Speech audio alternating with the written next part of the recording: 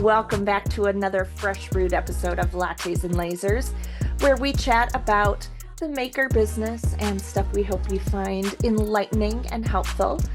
I am Amy Kant, and as always, I am joined here with my co-host, Holly McCaig. Hey, Holly. What's up? Woo-hoo. Gosh, can you believe us? We're almost done. We're almost done. I know, it's Crazy, but exciting. I feel like I'm in my groove now, though.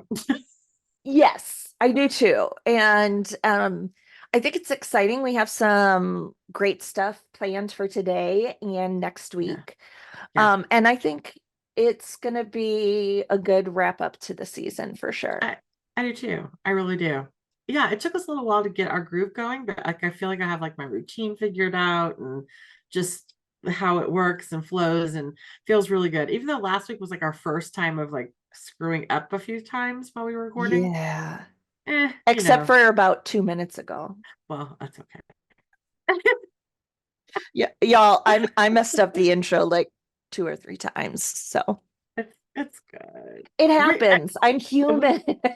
It's a maybe like Friday. We were to record it on Wednesday. Like we're doing a double I know record I'm thinking like if we get once we get into hiatus, maybe we if we have time, we skim through all of our episodes and find all of our bloopers and funny things, maybe. I don't know. Yeah, Maybe something to when I do. have free time, we'll add Wait, that to my list.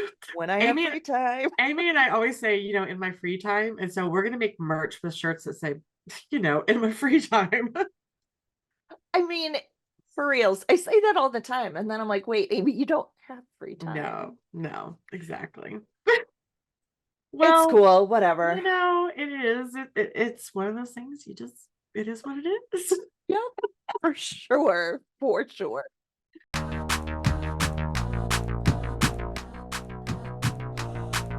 Amy, what is in our cup today? I'd love to know what we're drinking. Well, I can I make smell it. that kind of sounds like I don't know what I'm drinking. I know what I'm drinking, but let's tell the Let's audience. tell everybody else what we're drinking. So Yeah.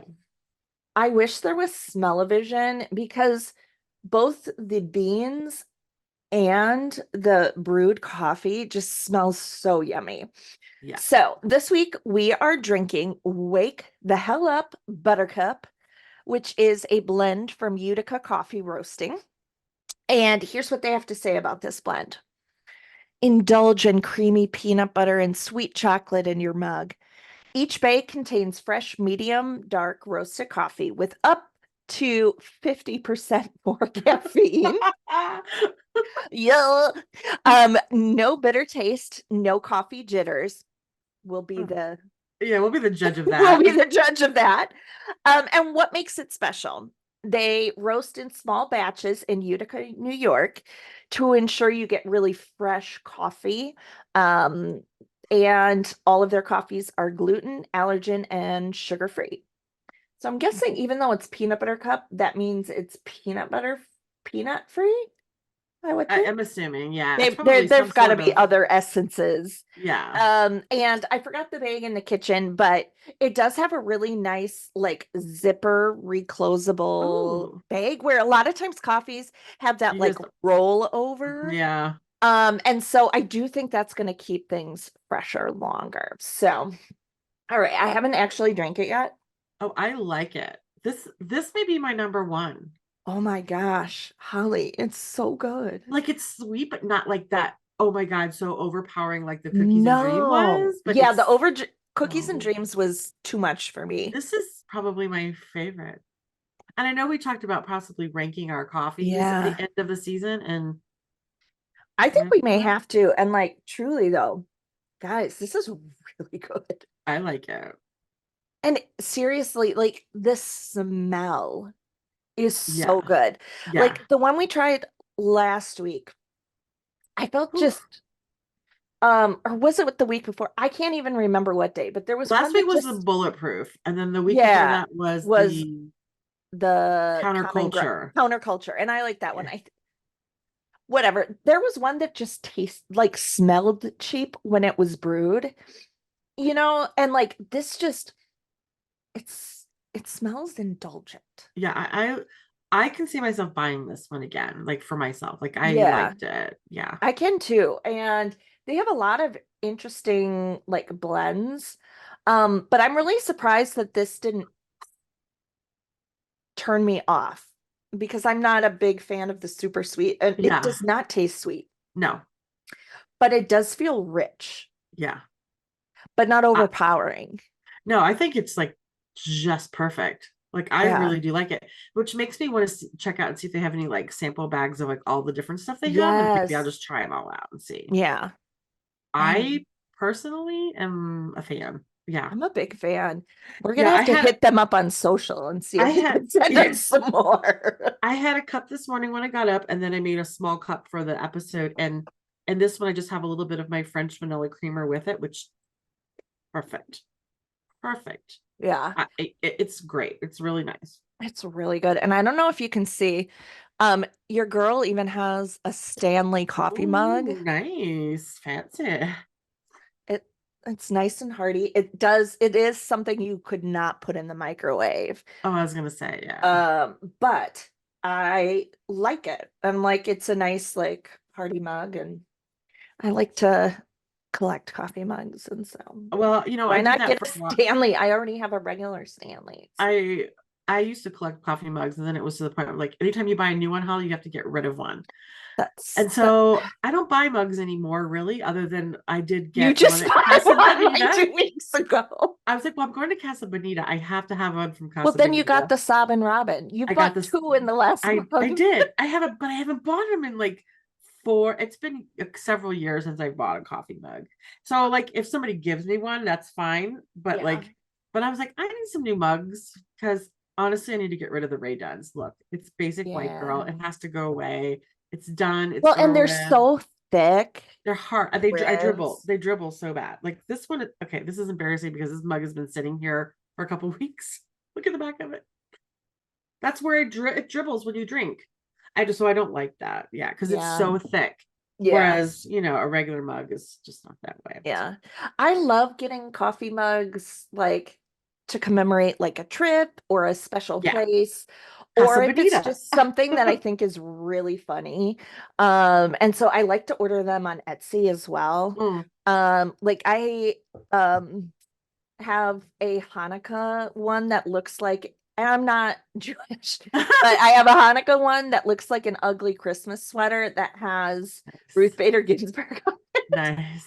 Nice. I love Yeah. it. And then here's one that I got on Etsy. It's backwards, but it says, as soon as I hyper focus on this, it's over for you bees. Oh, I love it. I love it. So I get it, but Paul too tells me, Amy, we don't have room for more coffee I mugs. know. And I'm like, but we do. And the thing is, like, we have like the plain white set that came with like our Oh, dishes from Kohl's. Do I need to keep those? no, No, no. I probably don't, but I kept them. I think I'm gonna have to do a donation run soon. Yeah, for St. sure. Benny's or something. So, all right. Well, I like it. It's good to Yes, and go. don't forget, folks, you can support Lattes and Lasers by buying us a coffee. So just head over to our website, lattesandlasers.com, click on support. Thank you to everyone who has supported us so far. We appreciate it. We Um, will be collecting coffee ideas over the summer, so for sure, yes, keep giving us. absolutely. We will. So we're excited to see what we can find for the next season. We have next week's picked out already, so we're good this season, but we're definitely looking for some for next. All right, today's episode is a special one as we are exploring a topic at the forefront of the creative world, and that is how AI, or artificial intelligence, is revolutionizing the makerspace. And we're not just talking about any aspect of AI. We're going to go in depth on tools like Midjourney, ChatGPT, and how they are changing the game for artists, creators, and marketers in the maker community. So to help us navigate this kind of cool digital transformation, which can I just say feels like it just appeared out of nowhere. Like it doesn't like there was a transition. Here it was. It was Yeah, very, I'd very agree. interesting. Very But just in your face. it was right. So to help us out a little bit, I've kind of reeled somebody in, a special guest joining us. Jake McCaig. He's actually a first responder, but also has a knack for AI, kind of studying a lot of that. And another fun fact, my brother. So welcome, Jacob, or Jake. Hi, Jake. Hi, Amy and Holly. Thanks for having me. I'm happy to dive into this with you guys. Yeah, we're Yeah. excited to have you. Yeah, we love AI. AI is kind of our thing. Before we jump into the AI thing, Jake, I did want to kind of just touch on something about the fact that you are a first responder. And I don't think many realize that a lot of first responders also kind of are in the creative space world as well. Like they may not associate it with that. And I know a lot of first responders, especially with lasers, I find are also side hustling with lasers. So tell us just a little bit about that side of your world. I know you've had a couple of side hustles in the creative world, and then how you got into AI as well, or a little bit. Yeah, first responders pretty much always have side hustles in general, but a lot of them are, like you said, in the creative space. There's a lot of folks in the market for custom department patches and logos and uh, marketing type things like glassware or signage or clocks to tables, all sorts of different things that they like to have with their either their individual, like fire truck companies or department logos or just more generalized first responder type items. As far as getting into AI, I actually am currently pursuing a bachelor's degree in science from the University of Colorado for computer science and with an emphasis in artificial intelligence and data science. Jake, that sounds pretty intense. That study program. So you're doing that while you're working full time.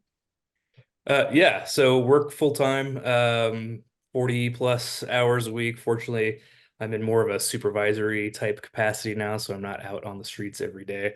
So that helps a little bit. Also father of two and husband of one and pets and all sorts of things. But I find time to be roughly a half-time student. It's taken me a little while, and I just kind of put it together piece by piece. But something that I'm passionate about, and one day I'll have that done. That's awesome. Now, what have you done creatively in the maker space? I like to do all sorts of things. I've dabbled in laser cutting and engraving. I've dabbled in CNC machining, wood carving, epoxy resin pours, 3D printing, even as far as electronics work, tinkering and things like that. A little bit of everything.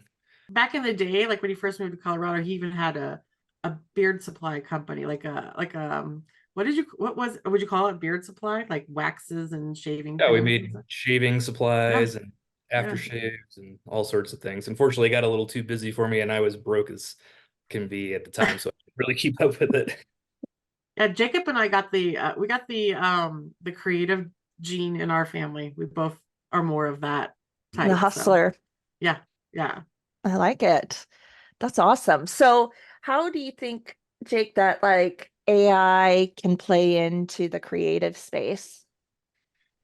I think a lot of the tasks that people maybe don't realize can take up a lot of time can be automated. Things like your marketing, whether it's your graphic design needs, or maybe it's just the blog post or the Facebook marketing or how wherever else you might be putting that sort of things out there, or even just product descriptions and things like that. Things that really do matter from search engine optimization type things that you've never really had any type of training in or thought about before.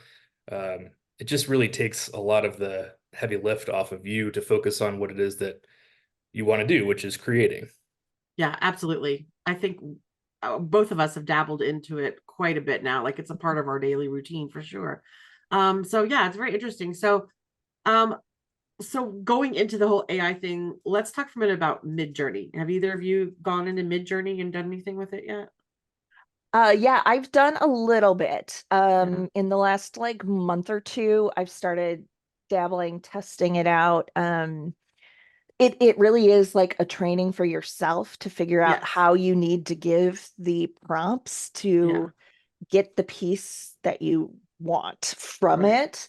So I know I haven't dabbled in it as much as you have, Holly, but I've definitely been playing around and seeing if it might be something that I can utilize to just help my own workflow or to even help develop things for, like a clip art Etsy shop, looking for those passive income opportunities in the creative space. Yeah, I have not actually messed with No, Midjourney at all.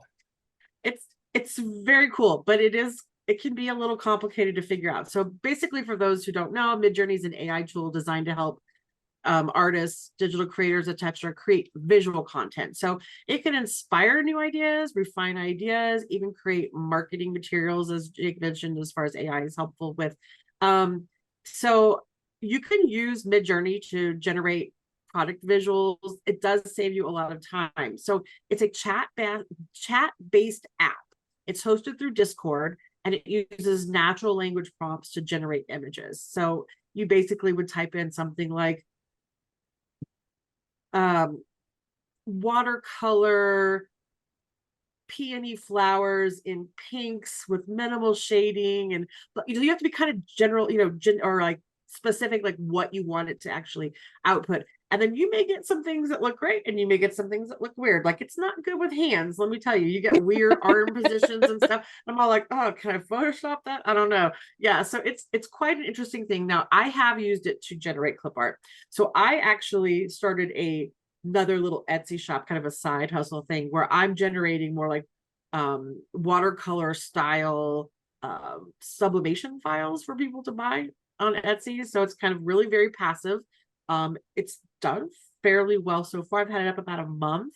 But the other thing is, I've used Midjourney to pop in ideas I needed for something, like say a coloring page. I was hired to create several, like a coloring book for a group, and I needed ideas, but I knew it wasn't going to generate like a perfect coloring page for me, and I needed it to Mhm. still be my own.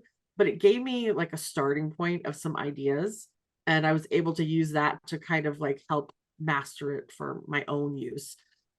But the funny thing is, I did actually use Midjourney to help us with the Lattes and Lasers logo. No, it's not the final, but I did plug in like, hey, this is what we're calling this podcast. What kind of ideas could we, what kind of things can you come up, kind of thing like that. And it did help me get inspiration to sort of get to where we got to with this logo. So it's Mhm. it's a cool thing if you really know how to work it and you have the patience. Yes, you definitely need the patience. And then if you do want to use it for like printing, you do need a way to upscale the file because you're going to get a low Correct. res output. Right. Um, And I've actually started using a software called Topaz, and it does upscaling for you. It does an amazing job.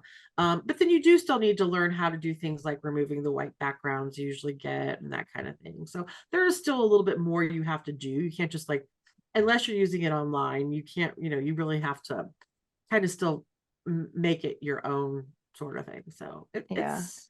it's interesting. And there is a free option, I know, but there are paid plans, and all that does is pretty much just speed up your generation time. So like your how fast you get something. Um it's cool. It's interesting. Yeah. Yeah. Cool. I think a lot of people seem really scared about, well, AI in general.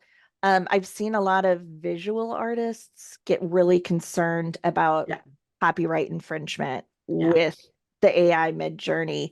I don't know, Jake, have you learned anything about that kind of piece of AI with school?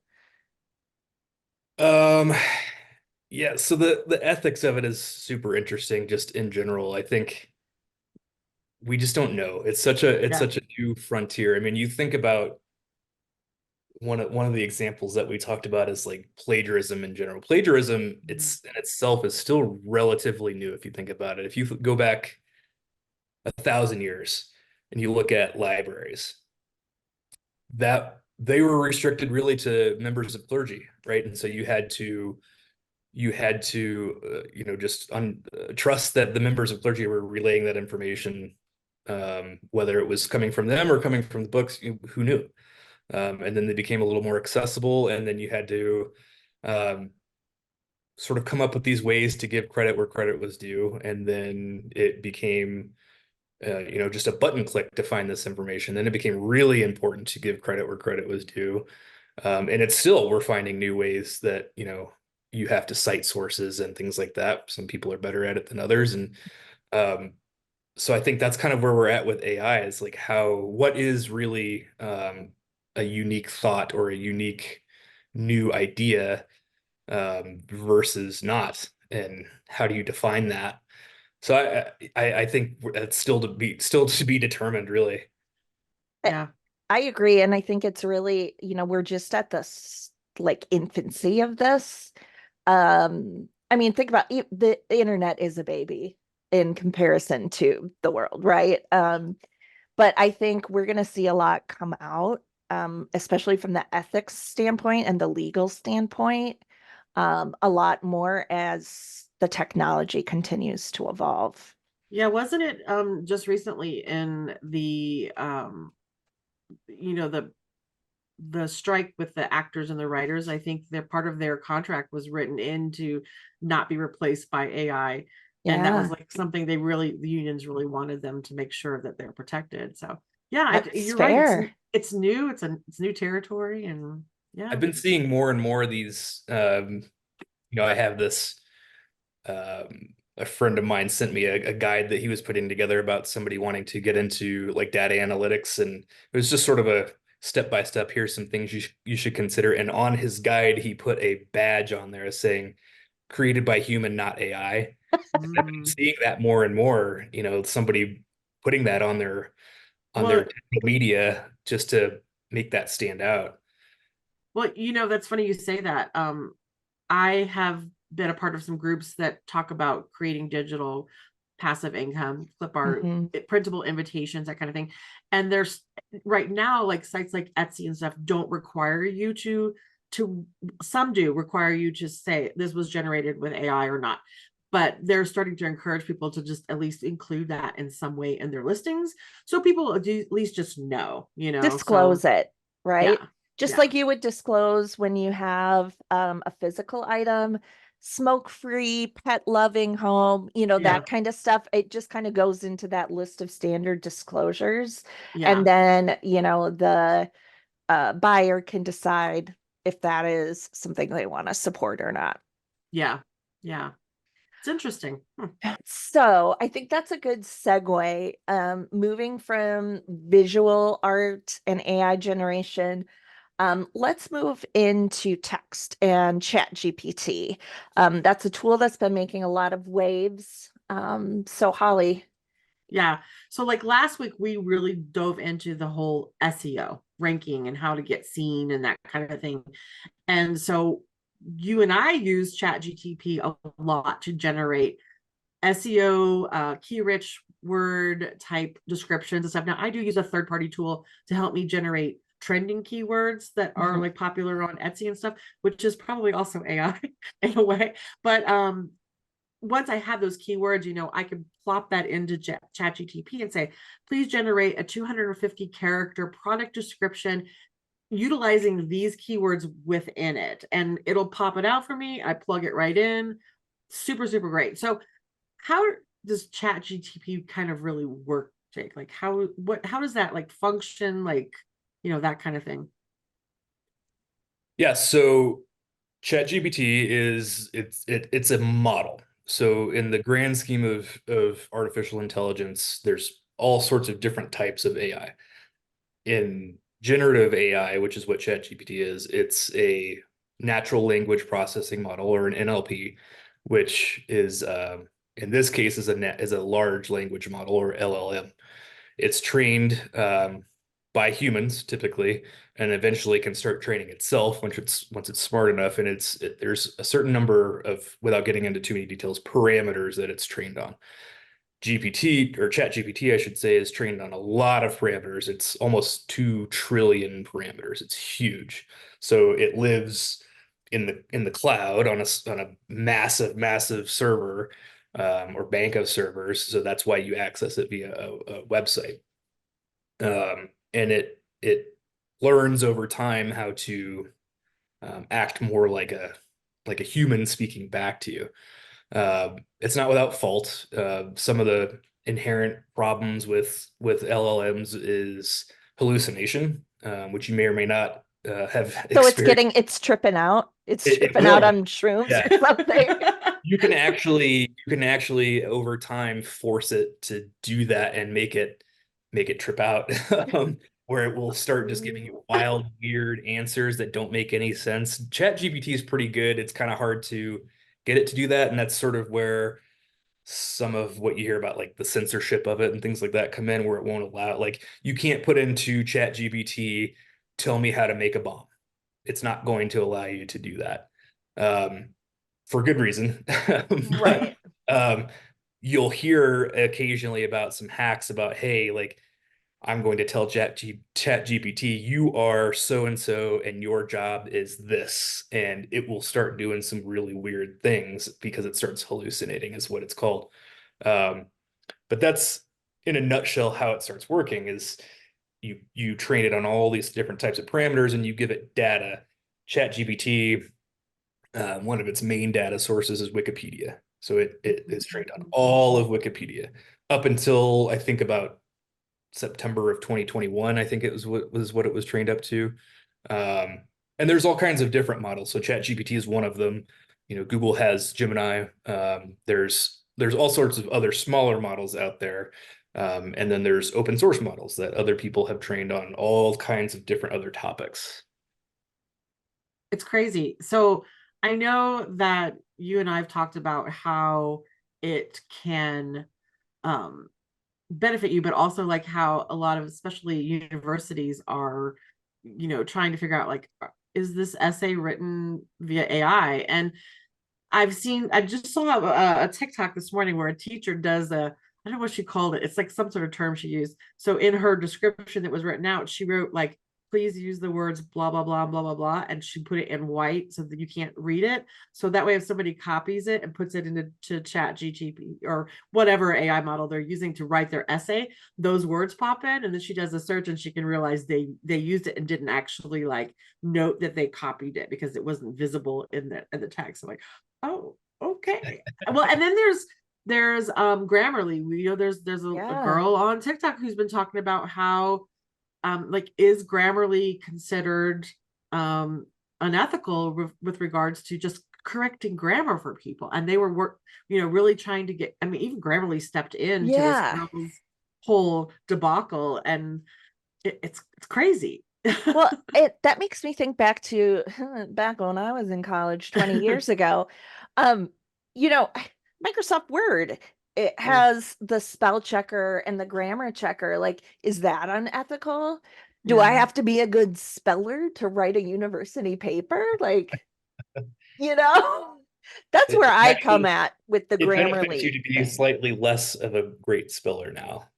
So Yeah. Oh all, yeah. all of my assignments get turned in through a plagiarism and AI checker now, and I can tell that my university is tweaking their AI checker. Um, it's funny because I also know how to Manipulate it. fake fake the Yeah. AI checker as part Yeah. of what they're teaching me, Yeah. which is Yeah. just pretty funny. That's Uh, wild. but I've never turned in a paper that was entirely written by AI. However, I have used AI to help me with ideas or flesh things out, Yeah. which is not, they acknowledge that that's okay. Um, I have had papers turned back to me saying this was written by AI, which were not. Um, Yeah. Primarily for things like, impeccable grammar and things like that is what they get Yeah. get changed for. Say, I went to school. I learned. Yeah. Yeah. Um, I learned the English. there are tools out there that you can run your papers through to See, spoof the AI checkers, and that's primarily what they do is they will misspell some words here and there, or change punctuation incorrectly and things, and that will spoof those AI checkers. yeah, I've subscribed to a couple of different ones to help me like see does this sound AI generated, like Copyscape, or maybe it was a Copyscape. I don't remember what they were anymore. I don't use them anymore, but it was hard to like fix things to make it not sound like AI. Like it was like, nope, it still sounds like AI. Nope. And I was like, screw it. I'm just gonna put it up anyway. But for most part, you and I, Amy, are using it for blog posts and product descriptions and social media It's posts, a that lot kind of of it. thing. Yeah, for me, it's a lot of that starting point. Yeah. Like, I'm having a hard time just like getting this going. And Yeah. so, one of the things that I use it for a lot is I will say, okay, I need help writing a product description for my Etsy shop. Here's the name of the product. Then I give some like bullet points and I'll Yeah. say like include these SEO keywords, and then I see what comes out. And Yeah. then based on that, I can say, okay, now rewrite it in this tone or Yeah. brand voice, like let's make it a little more playful, or feel free to use some puns. Like we'll do that for lattes and lasers because we want Yeah. to include puns that are coffee or maker related. So we'll often, okay, now let's try to do this. And I would say for the most part, for like product descriptions or blog posts or like our episode descriptions, those type of things, I use it as a starting point. Mm. I don't just copy paste and then say I'm good. Now, I will do that for social media because I don't I'm have like, time. I don't have time for Yeah. that. And this is speeding up my process. Yeah. But one of the things I did this morning was I put in my product description. I said, I need to write a Facebook post promoting this product. You Yes. shot the thing out. I Yeah. copied, pasted, and it was in my Meta Business Suite. Then I said, okay, now write this as an Instagram post. And then it gave me a 1 paragraph version with hashtags. Yeah. And so then I could post the product to both things in one place. And for me, I don't have like a really strong social media strategy for my maker business because a lot of my business is just coming natively from Etsy. So to me, it's worth just relying on the AI tools for those social media posts. Yeah. But I really do feel that for other things, it still needs a human touch after you get it. Well, and it's funny you say that. Like I will use it like especially being in kind of a volunteer world that I'm in. Sometimes Yes. I have to reply to emails, right? That Yes. that may not be favorable responses. And so I will go, ChatGPT, here's what I want to say. Please make it sound friendly and nice. And it will. And then I can use that to kind of make it a little bit better. And it's I super used it once for a customer service issue I had on Etsy, and I drafted an email that I was going to respond. And I had like receipts in this email because I was like, this lady is no, so I had all of this and I was like, but I think I need to make it sound nicer. Like I'm coming right. off, I don't want this to backfire on me.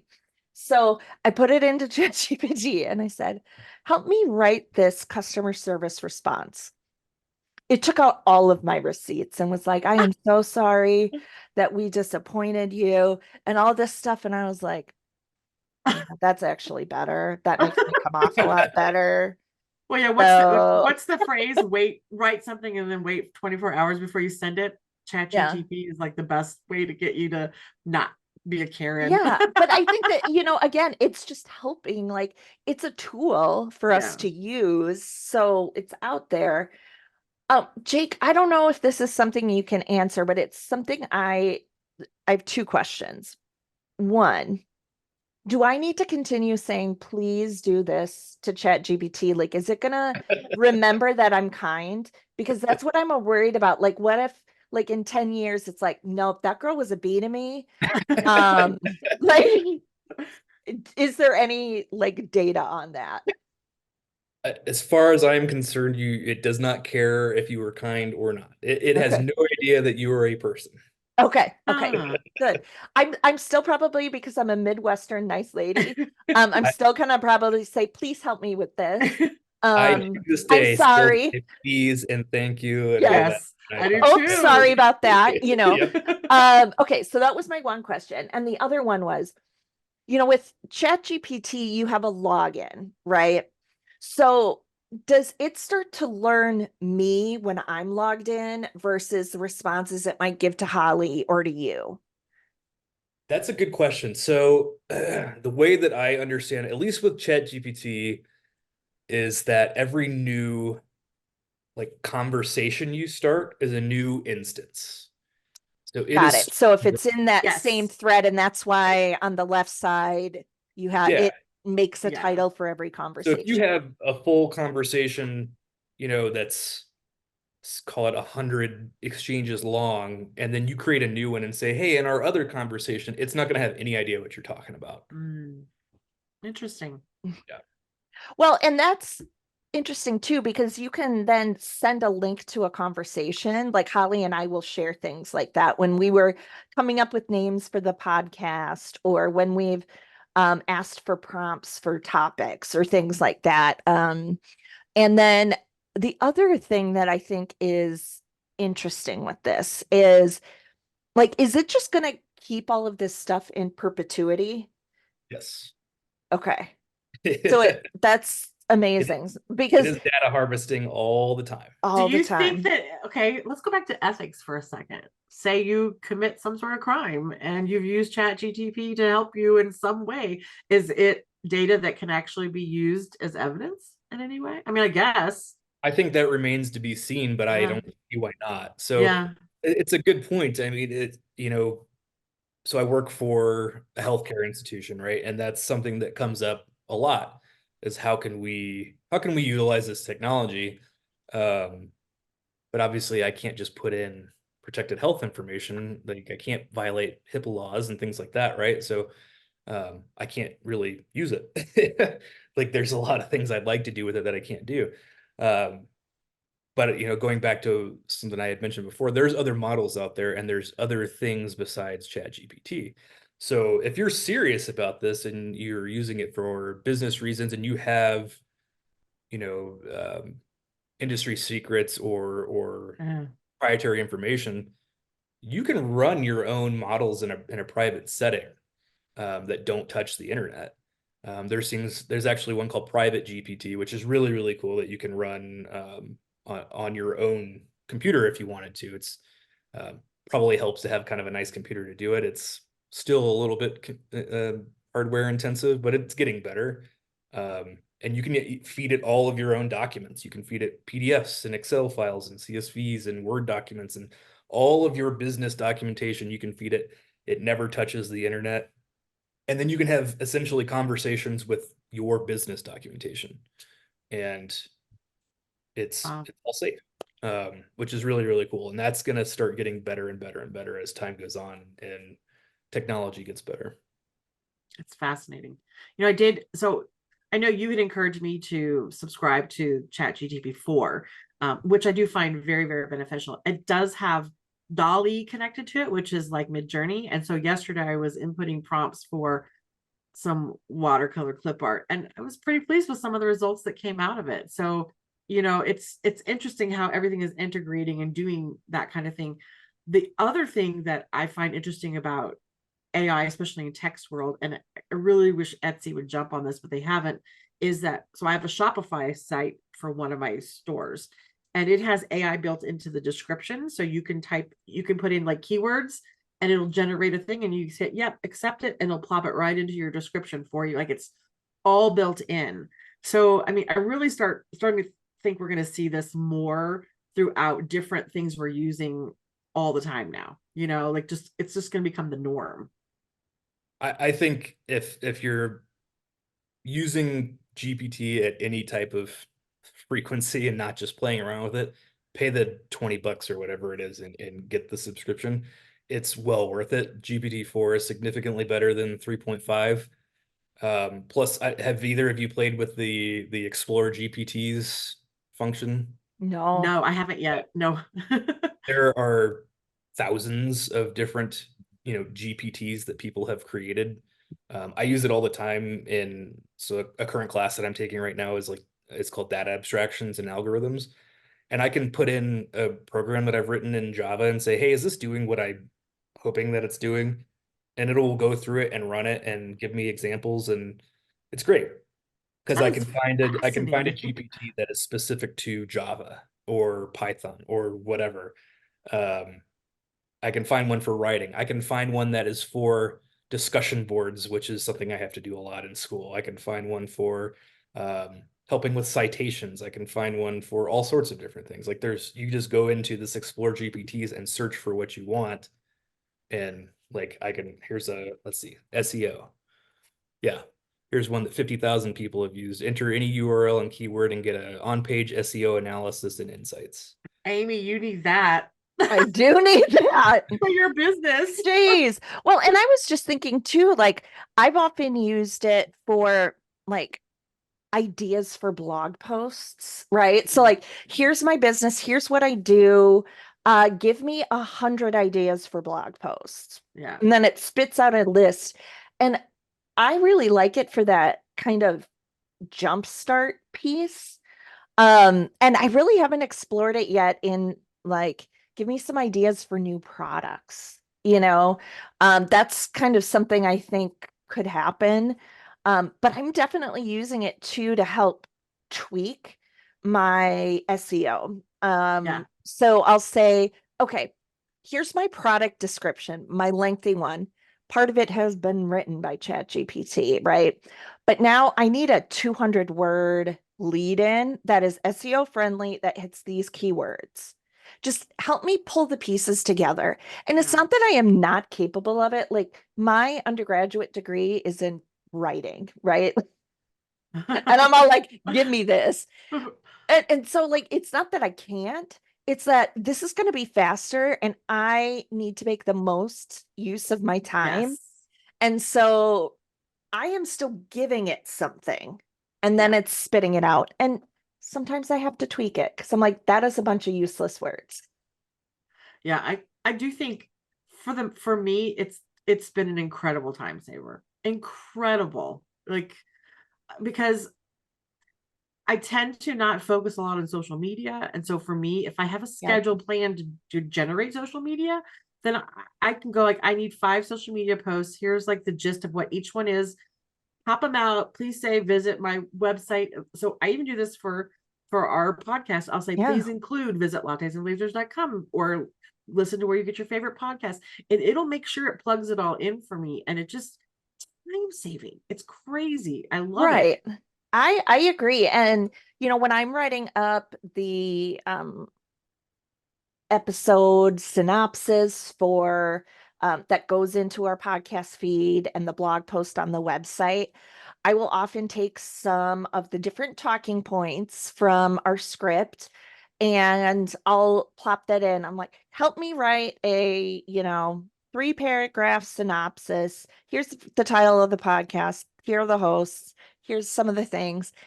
And again, it's like you said, it's a time saver. Yeah. Yeah.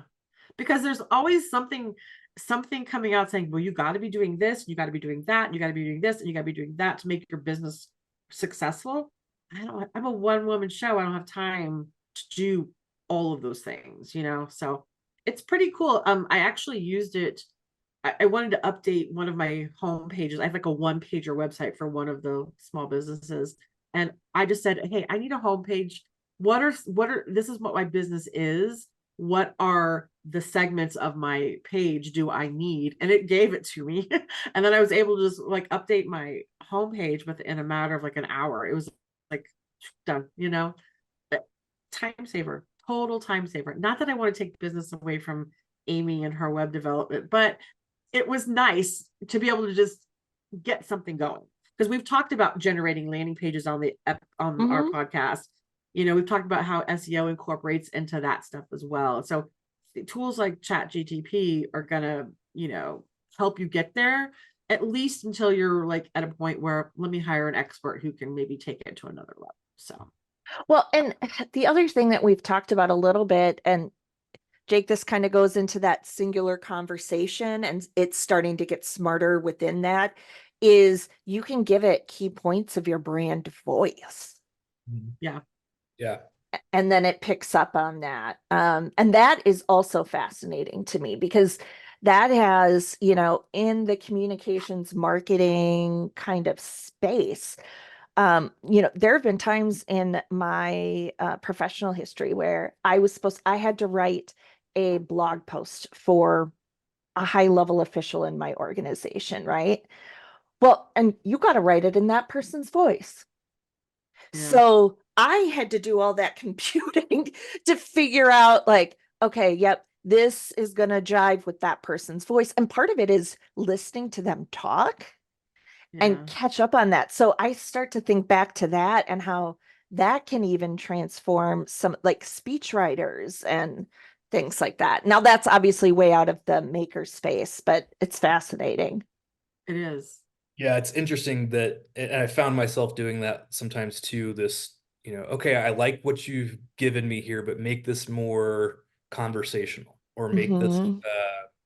more peer-to-peer, or make this more authoritative. And you can change the tone of that while keeping the content the same. It's pretty cool how you can do that. Well, and Amy, you and I talked about how Google using its, spiders to crawl out there and find things is really looking for more natural conversation type Yep, that of. natural language processing. Yeah, Yeah. we talked about it with ranking and SEO, like SEO and Hmm. Etsy, and how in the past, Jake, people would put like they'd stuff their keywords at the front of their description, and it wouldn't be conversational, wouldn't be a sentence, and now that's what Google wants. And so that learning to like make things more natural sounding is important. Right. It's not just that, it's resumes now too. That's another big one. Yeah, They're getting isn't it kicked off crazy? a lot with job searches. Indeed is Wow. a big one that uses AI. Hmm. Wow. Well, and one of the things that I have found, because, I've still been applying for jobs, right? And uh, I'm like, why are you even asking for a cover letter now? Because you have got to know that all I am doing is putting this job description into ChatGPT and saying, write me a cover letter. Because Yeah, I'm not gonna write a unique cover letter for everybody. I'm not. And yeah. you're going to use an AI tool to read it anyways. You're not Yeah, going to have they're a not reading human it read anymore. it. Yeah. You think it's going to take jobs away from people? AI? Yeah, Um, if it does, I mean, were those jobs important, or could we use those people different capacities. in better Yeah. capacities anyway? Hmm. What were we really using that manpower for? Yeah. I'm not Yeah. necessarily the argument that AI takes jobs away from people, or like it's going to be this Terminator, Skynet. I'm not really worried about that. Yeah. People are dumb, Well, I but mean, yeah, I'm you not have your really worried about it. conspiracy theorists I out there. I think what really worries me is government regulation from people in government who have no idea what they're doing. That worries me a lot more. Typical. That Yeah. that is Yeah, well, that's a whole nother conversation. But that Yeah. that could lead to much worse ramifications, I think, than what AI could try to do on its own that people are worried about. Yeah. It's wild. There, Yeah. there's a lot. There's a lot with this. Yeah. It is. You could go into so many different areas of it. It's And I crazy. think what's truly going to be fascinating is the whole like ethics piece and how that evolves and disclosures. I mean, you're seeing that even just with like Photoshop. Like, think about all of the news with the royal family and the Yeah. like photo of Kate Middleton and the Photoshop and all of that. Um, an AP putting out a kill notice. Like, they don't do that very often. Dave Um, doesn't do hands very well. You were wrong. no, No. Right? well, to be fair, neither do I. I know. I've Someone has never to been hand able to draw them. draw a hand. When I had life drawing in art class in college, and there was like a model up on the thing, Arms, I was like, guess what? You're gonna see arms the behind. model's shoulder and then the apple. I'm not gonna draw, I don't care that her hands are up here. No, you're gonna see the shoulder and whatever is behind her. I am focusing. Oh, it's so crazy. So crazy. this has been a really enlightening conversation. So thank you for joining us, Jake. I think it was good to have someone who has a little more technical insight to provide on how AI actually works and what it's doing. And, it's really clear that AI holds some transformative potential for the maker community. Yeah, I do think that it has a lot of potential for anybody, and I do encourage people just to explore them. Don't be afraid of it. They might be like what you need to, like we talked about, get inspiration or just save you some time, right? Just some different things to kind of help benefit, your business. So yeah, Jake, thank you for joining us. The technical side is definitely something we don't understand. Like, I just use it. Right. But it's been thanks helpful. for having me. Thank you for Yeah. having me. It's a pleasure being here, and always love talking about this stuff. Yeah. Awesome. I can't wait for you to get into it even more. Well, we'll have to have you come back. For sure, for sure. All right. And then you got to let me know if that girl ChatGPT is catching on how nice I am. I will. Okay. So I need her to have my back. Oh, yours is a girl? Mine's a guy. I've decided it's a girl. Mhm. Okay. Yeah. Okay. Like I'm talking to a friend. We should be able to name them. Yeah. Yeah. Like, Funny. and then whatever you name it is probably reflective of how old you are. Like, like the 80s late girls, like we're like, oh, that's Jessica or that's Sarah, Catherine. I don't know. Anyways. I love it. I love it. All right. Okay. Thanks, Jake.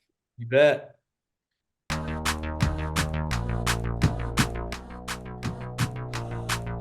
All right. Let's All right. wrap this up.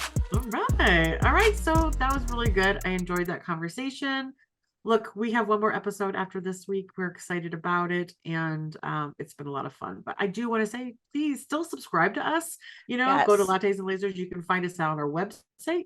You can do the YouTube channel. You can listen to where you can find all your favorite podcasts. We do have some plans through the summer to just kind of introduce a few little bits and pieces here before not summer, Spring. spring, I Q2. guess. Yeah, because we'll be coming back sometime in the summer. We're not quite sure when, but yeah. So we would love for you to chime in and let us know things you want us to talk about too. So Yeah. And just to kind of tease our episode next week, we are going to be talking with a sales expert, yes. and getting some tips on how to not be so scary about sales. It's not a dirty word. That's one of her big phrases. And she likes to look at sales as an art and a science. So we're going to kind of look at it in those ways with that expert we have next week. So Super cool. I'm excited for that. excited. Yeah. All right. So Holly, Okay. I'm not time for looking at another cheesy sign off. Woohoo. Again, these have been written by ChatGPT. So, Yes. all right. So, as we reach the end of this podcast blend, remember, life's too short for bad coffee and dull ideas. Keep brewing up brilliance and cutting through the chaos. Until our next roast, stay caffeinated and stay creative. Cheers. Not Bye, as funny as everyone. last week's, but it was No, good. it's not. But I felt it was still it was clever. It is clever. Podcast blend, Blend. All right, folks. We'll see you next week. All right. Bye, everyone.